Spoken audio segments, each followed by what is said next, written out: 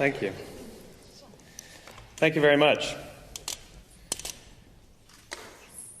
What I love about events like these, that it's not just people coming together to hear ideas, it's that we all came here for the same reason. Every single one of us came here because we share something. We have similar values and similar beliefs, and it's the reason we showed up. We don't know each other, and yet we know something about each other. Now, this is important, you see, because the very survival of the human race depends on our ability to surround ourselves with people who believe what we believe. When we're surrounded by people who believe what we believe, something remarkable happens. Trust emerges. Make no mistake of it, trust is a feeling, a distinctly human experience. Simply doing everything that you promise you're going to do does not mean people will trust you. It just means you're reliable. And we all have friends who are total screw-ups, and yet we still trust them. Trust comes from a sense of common values and beliefs. And the reason trust is important is because when we are surrounded with people who believe what we believe, we're more confident to take risks. We're more confident to experiment, which requires failure, by the way. We're more confident to go off and explore, knowing that there is someone from within our community, someone who believes what we believe, someone we trust and who trusts us, will watch our back, help us when we fall over, and watch our stuff and look after our children while we're gone. Our very survival depends on our ability to surround ourselves with people who believe what we believe. I'll share an example with you that freaks me out every time I talk about it. What's our most valuable possession on the planet? Our children, right? Our most valuable possession on the planet are our children. So let's game out a scenario. Let's imagine we want to go on a date, so we require a babysitter. We have two options. Option number one, there's a 16-year-old from just down the street from within the community with barely, if any, babysitting experience.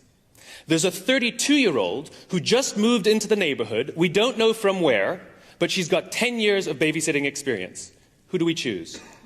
The 16-year-old. Think about that for a second. We'd rather trust our children, our most valuable possession on the planet, with somebody from within our community with no experience, over somebody with vast amounts of experience, but we have no idea where they're from or what they believe. Then why do we do it differently at work? Why are we so preoccupied with someone's resume and where they've worked and what they've done for our competition, and yet we never think to consider what they believe, where they're from? How can we trust them? How can they trust us? The problem with most organizations, believe it or not, whether it's a community or a culture, what's a community, what's a culture? It's a group of people with a common set of values and beliefs, right? What's a nation? It's a group of people with a common set of values and beliefs. And the single biggest challenge that any culture or any organization will ever face is its own success. When an organization is founded, all organizations are founded on the same basic principles. There's some sort of measurement. It's often money, but it can be anything. And then there's time. And when an organization is founded, what they do and why they do it are inextricably linked. There are usually some founder or some small group of founders that are able to put their vision into words, and their passion inspires others to come and join them in pursuit of something greater than all of themselves. And they trust their guts, and off they go, and it's an amazing experience. The problem is, as they grow, as what they do becomes more successful, they can no longer rely on themselves. They have to now hire somebody who hires somebody who hires somebody who hires somebody who hires somebody who has to make a decision. Based on what? And what they do starts to grow, that metric. The problem is, why they do it starts to go fuzzy. And this is the biggest single challenge any organization will face. It's this thing right here, the thing that I call the split. Symptoms of the split inside an organization are when stress goes up and passion goes down. Symptoms of a split are things like when the old-timers, the people who were there from the founding, from the beginning, start saying things like, it's not like it used to be. It doesn't feel the same anymore. They can't quite put it into words, but they know it's not the same. Even though the organization might be more successful than it ever was in the past, it's just not the same. Other symptoms are when the organization starts focusing more on what the competition is doing and worrying less about what they are doing. When they start asking outsiders, who should we be? How should we talk to you? At the beginning, they never asked anybody. They ran on their own passion and their own energy. This is what happened in such organizations like Apple. In 1985, Steve Jobs left Apple, and the company went like this, and Steve Jobs came back. And Howard Schultz left Starbucks, and Howard Schultz had to come back. And Michael Dell left Dell, and Dell had to come back. Now, whether they're clear on their own whys now or not is yet to be seen. But the point is that these founders, these visionary guys, physically embody the reason, the cause around which people showed up in the first place, and it reminds them why they come to work. Now, my fear is that one of my favorite organizations, an organization that I love, may be going through a split. United States of America, maybe you've heard of it. It's important to study America because, like a lot of things that happen in America, everything there is exaggerated. So we can learn a lot from them and hopefully learn things that we can apply to ourselves. Something started to happen in 1947 that embodies this idea here. My grandparents' generation was called the greatest generation. That's what we call them, the greatest generation. Because here was a generation that went off to war to fight this great evil, and everybody was united and unified in some sense of common cause and purpose and belief, and trust was at an all-time high. Even those who didn't go off to war, they were back and they were buying war bonds, and everybody was one. And there are stories of young men who would commit suicide. They'd shoot themselves when they didn't get called to action. We call them the greatest generation. What do I get? I'm Gen X. The unknown variable. They get the greatest generation, I get X. My parents are called the boomers. Why? Because their parents were doing it when they came back from war. They get the greatest generation. This sense of purpose, this sense of cause, this sense of why. But then they came back from war, and most of them had grown up during the Depression, and they wanted to now experience life a little bit. They wanted to buy some stuff and sort of, care about themselves a little more. They'd been giving so much their entire lives. And so the 1950s came. And the 1950s were defined by responsibility, going out there and giving the same kind of loyalty to your company as you gave to your country or to the cause. And we know what the 50s were like. Everybody gave and you devoted your life to the company. The problem is, as we started to become more affluent and the wealth of the country started to grow, that sense of purpose and that sense of cause and that sense of fulfillment and that sense of trust and that sense of happiness didn't grow with it. And this is bad, this is confusing. And so the 1960s, we responded to it. And we thought, well, this responsibility thing didn't work, so let's try irresponsibility. And the hippie movement was born, right? And the reason the whole hippie movement could exist in the first place is because the country was wealthier, so we could afford for people to drop off the grid, and our parents were wealthier, they were more affluent, so they could pay for us to do it. But we didn't get that sense of fulfillment. And so the pendulum swung again. And then we had the 1970s, the me generation, defined about looking out for your own happiness. And everybody had to have a guru, and it started to become very, very selfish. But that didn't really work either. And again, the whole time we're becoming more affluent, and yet that sense of fulfillment and happiness and trust is not growing with it. And then the 1980s, still that sense of me, but now business was cool again. And in the 1980s, we started to see something that had never been seen before. In the 1980s, we started to see companies using people to balance the books. This had never happened before, where they would use layoffs to make the numbers work. People to make numbers work. And then the 1990s came about, and .com, about the most selfish behavior you could find. Everyone wanted to get rich regardless of anything else. And again, the split continues. The only thing that happens, the only thing that really grows in organizations or societies that go through a split is that the distrust increases. We become distrustful of each other inside our own organizations. We become distrustful of management. We become distrustful of our politicians. And now we find ourselves here today, wondering what's going to do next. How are we going to find the sense of fulfillment? Technology is no help. Andy Grove, the founder of Intel, said that the only thing that the microprocessor ever did was make things go faster. And he's right. And it's making this go faster as well. Don't forget, technology is absolutely fantastic for the exchange of information and the exchange of ideas. Technology is absolutely wonderful for speeding transactions. It's wonderful for resourcing and finding people, but it is terrible for creating human connections. You cannot form trust through the internet. There's something called a mirror neuron, which they've recently discovered. That's one of the things that contributes to how people relate to each other and how we empathize.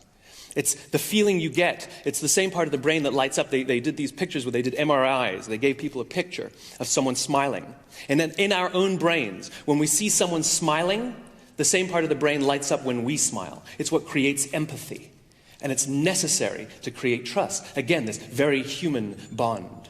This is the reason why the video conference will never replace the business trip. You can't get a good gut feeling over a video conference. And I'm a big fan of the blogosphere. The bloggers think that the internet is the end-all, be-all of the world. Then explain to me why once a year, 20,000 bloggers descend on Las Vegas for a huge, big convention. Why didn't they just do it online? It's because nothing replaces human contact. It's the difference between leadership and authority.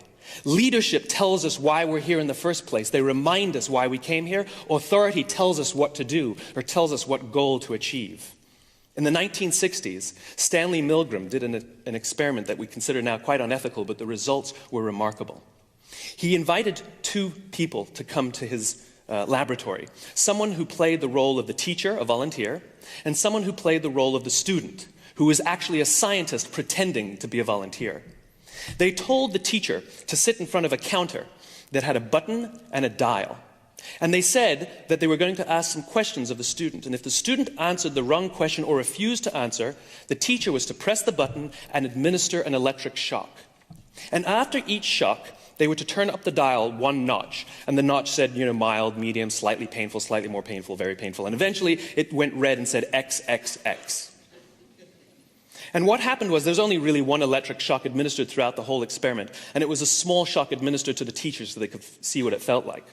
And so the experiment would progress, and the questions would be asked, and the teacher would press the button, and the scientist pretending to be the student would pretend to get an electric shock. What ended up happening was that when the student could see and hear the student when the teacher could see and hear the student, they would scream. He couldn't go very far before he quit. He said, I can't do this anymore. I'm hurting the guy. And he would quit the experiment. When he could see him, but not hear him, he could go further, but still not very far before he quit. And the authority figure would stand over him every time he would say, but I'm hurting the guy. The authority figure would say, it's imperative that the experiment goes on. And they would say over and over and over in their heads, the experiment must go on. They'd say it out loud, the experiment must go on. And it was like Nazi Germany when people said, I'm just following orders. I'm just following orders. They had this mantra to justify their behavior of hurting somebody. And then when they could hear them but not see them, they could go further still, but they still couldn't go all the way. But when they could neither see nor hear the impact of their decisions, 65% of the teachers were able to kill the guy. The reason the experiment is unethical is because 65% of these people that came to help, thinking that they were good people, went home at the end of the day with the knowledge that they could kill someone. Now, what's our mantra of this day and age, I wonder? Is it shareholder value, shareholder value, shareholder value? What is our mantra that we're using to justify the decisions we're making of people that we cannot see and that we cannot hear, and we don't know the impact of the decisions we're making? And you know what the people who had killed the guy, what their biggest concern was? Is anything going to happen to me? Am I going to get into trouble? There was no concern for the person they just potentially killed. Now think about how we do business today. We largely do business on screens. There was a time that if you wanted to know what your employees thought about you, you walked out on the factory floor and you asked them. Customer service meant actually talking to the people who came into your shop. Now customer service means getting a reply to your email within 24 hours. I actually saw a bank advertising that you could talk to a person. I fly on an airline and I have miles up the wazoo on this one airline, and they offered me when I reached the highest status possible, they offered me a phone number that I could talk to a person. Since when is a person a luxury? Our very survival depends on our ability to interact with human beings, and as growth and scale and size come into play, all of a sudden, the humanity of things starts to go away. There is a time when a desktop meant something horizontal. Now it means something vertical. And a folder used to be is a picture of something that we used to use. These are fun ideas, fun examples of how technology has co-opted some of our vocabulary. The problem is it's co-opted some other ideas too. A friend is not somebody you check their status. Your network is not on LinkedIn. A conversation doesn't happen on a blog, and you can't have a discussion on Twitter. These are human experiences, and we need them. We need to learn about each other's values and beliefs, and we can't simply do it through the internet. These mirror neurons don't light up when we're sending texts or receiving IM messengers. What I imagine is a day in which we start to have more human interaction, something that requires this thing, a handshake. A handshake. Imagine that you want to do business with somebody, and they're standing there with you, and they agree to all the terms that you offer. 100% they agree. And you say, great, let's shake on it. And they say, no, I agree to all the terms you laid out. We can just do business. And you go, good, if we agree, then let's shake on it. And they say, no, I agree to all the terms. Let's just do business. If they refuse to shake your hand, even though rationally speaking they've agreed to everything you want, if they refuse to shake your hand, the odds are you won't do business with them, and if you do, you'll feel very nervous about it. This is what trust is. Trust is human. It's about human interaction. It's about real conversations. What we need is more handshake conversations. What we need is more handshake discussion, more handshake debate, more handshake friends, more handshake leadership. If we don't, then we continue to go through this, and we will not find our own sense of fulfillment and happiness and inspiration. It requires being amongst people who believe what we believe. Thank you very much. Thank you very much. Thank you.